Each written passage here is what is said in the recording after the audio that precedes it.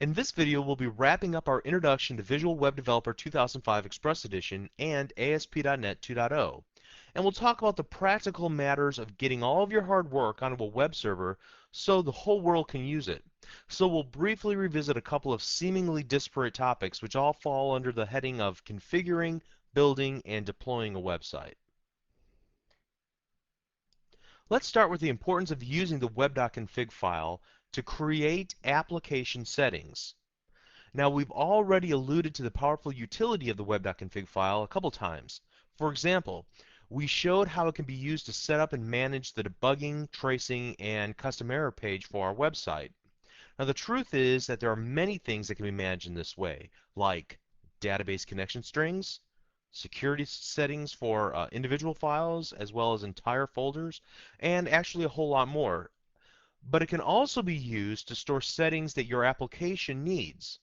Settings that you may need to change occasionally, and so you don't want to make the changes to the source code in order for the application to behave properly. Now, you never want to hard code values into your source code. So, realistically, what are your options? Well, with ASP.NET, your best option is to create an application setting. And the good news is that, just like we saw in the previous videos, you can use the website administration tool to help you manage these settings. So you can see that I have a new project called Lesson 10 CS. The first thing that I want to do is add a new web.config. So I'm going to go to Web Configuration File in the Add New Item dialog, and I'm going to select the Add button.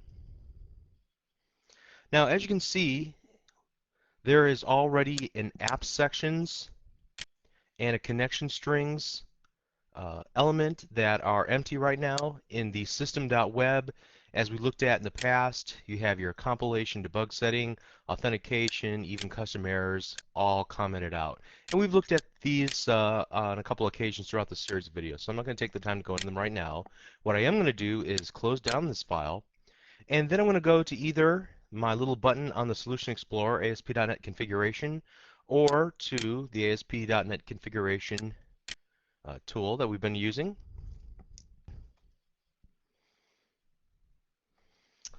And as you can see here on the opening page on the Home tab, that there's an application configuration link, or we can select the application tab. Either one of those will take us to the application tab.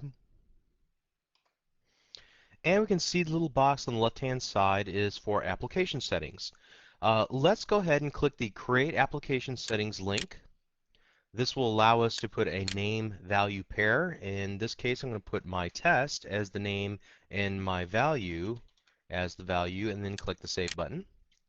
And it'll tell us that we have successfully created an application setting. I'm going to click the OK button, and I'm going to shut down our web administration tool.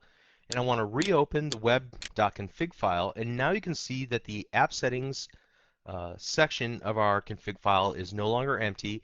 Instead, it has an add key equals my test, value equals my value. So we could just go ahead and type additional key value pairs in here in the app settings, or we can continue to use our handy dandy ASP.NET configuration tool. But the real question now is, how do we retrieve the value into our application so that we can do something meaningful with it? So let's go ahead and close this down. And now let's go ahead and open up our toolbox. Let's actually grab a label and a button control.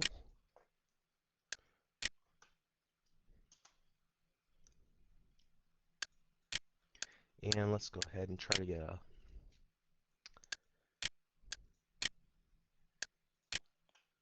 move this down there. There, that's what I wanted to do. And now I want to change this so the text property is gone. Great. Okay, so what we want to do is whenever we click the button, we're going to retrieve the value out of the web.config file and then display it in our label control. Okay, so here in our protected void button 1 click event, we are going to type a little bit of code. We're going to go with connection manager.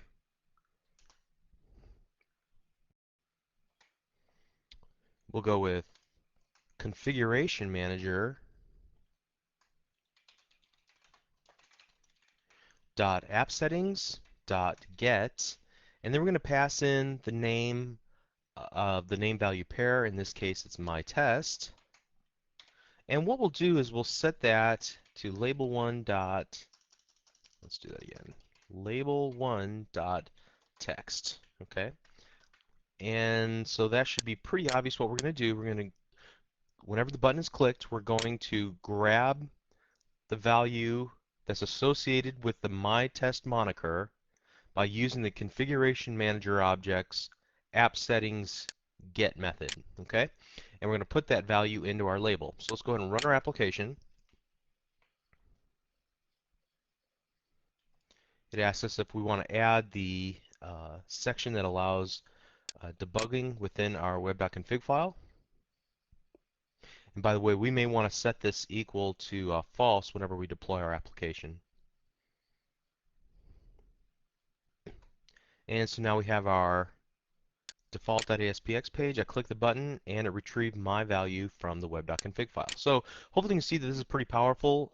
You should never have to hard code any values that should, or rather that need to be changed within your application. You can instead store them in a web.config and then retrieve them out for whatever purpose that you might need.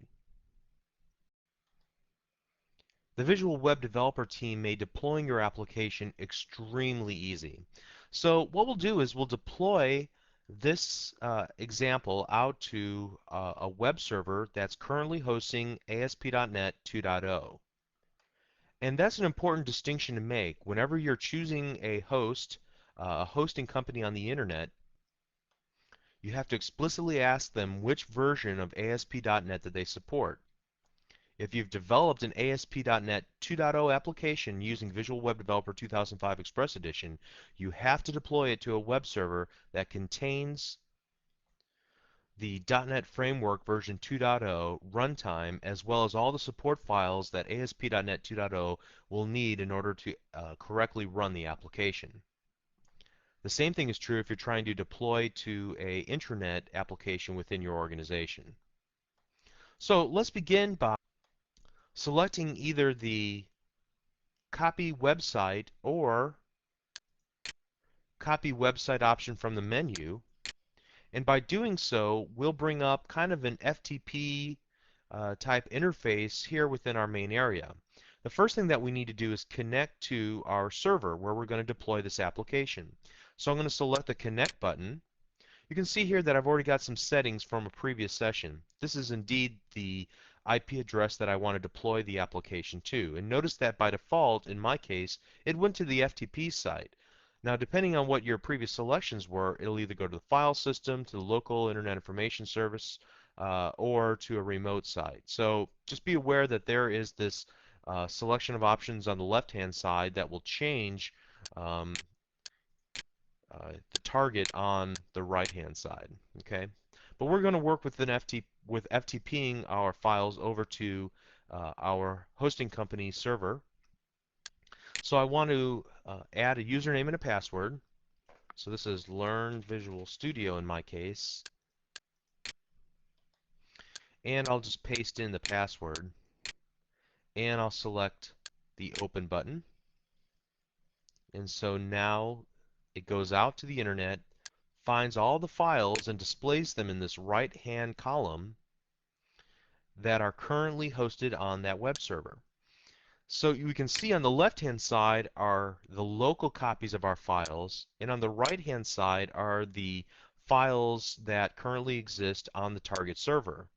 Now what we can do is simply just select all the files that we need to upload, and then select either the synchronized selected files between the same relative paths in the source and remote website, which would basically bring the default page.htm page, as well as any other folders that are contained here, down onto my local instance, and then upload all of my files to this server.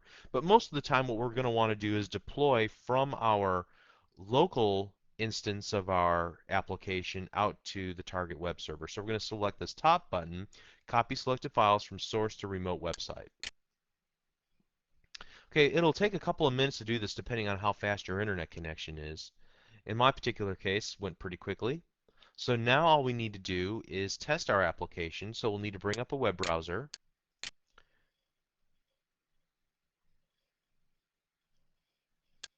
And I think we've already got this in our menu, so let's go ahead and select this, and we'll change this to default.aspx.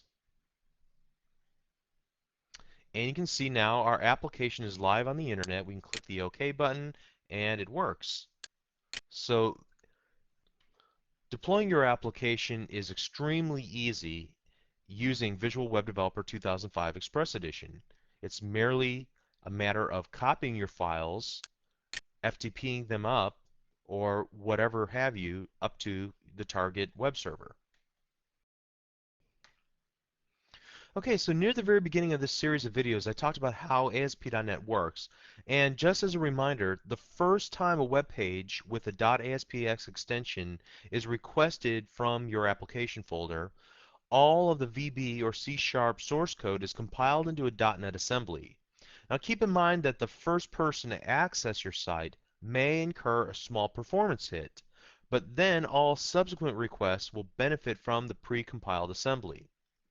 If, however, you prefer, you can perform pre-compilation of the .NET assembly, which essentially reduces some of that performance degradation experienced by the first user. So this is somewhat a more advanced topic, so I'm not going to cover it in this lesson, but be aware that it is available to you. Now, you may be confused as to where the compiled assembly resides. In the past, if you're already a user of ASP.NET 1.0 or 1.1, you can simply view the .dll file, the compiled assembly, in your bin subdirectory for your project. But as we start to nose around within Windows Explorer, we're not going to be able to find it. So let's go ahead and open up Windows Explorer. I'm going to go to the My Documents folder, Visual Studio 2005. We can look in the projects folder and see, for example, lesson 10, but there's very little here. Let's go ahead and look at this from a detail perspective. There's merely the project folder in this particular folder. If we go to the websites folder, we can see that we have a lesson 10 folder as well. And this is the folder that contains the web pages that we're working on. The default.aspx page, the web.config page, and also the app data. But as we look around, there's no bin directory. So where does our compiled assembly reside? Let's go ahead and do this. Let's bring up the search and look for it on our hard drive.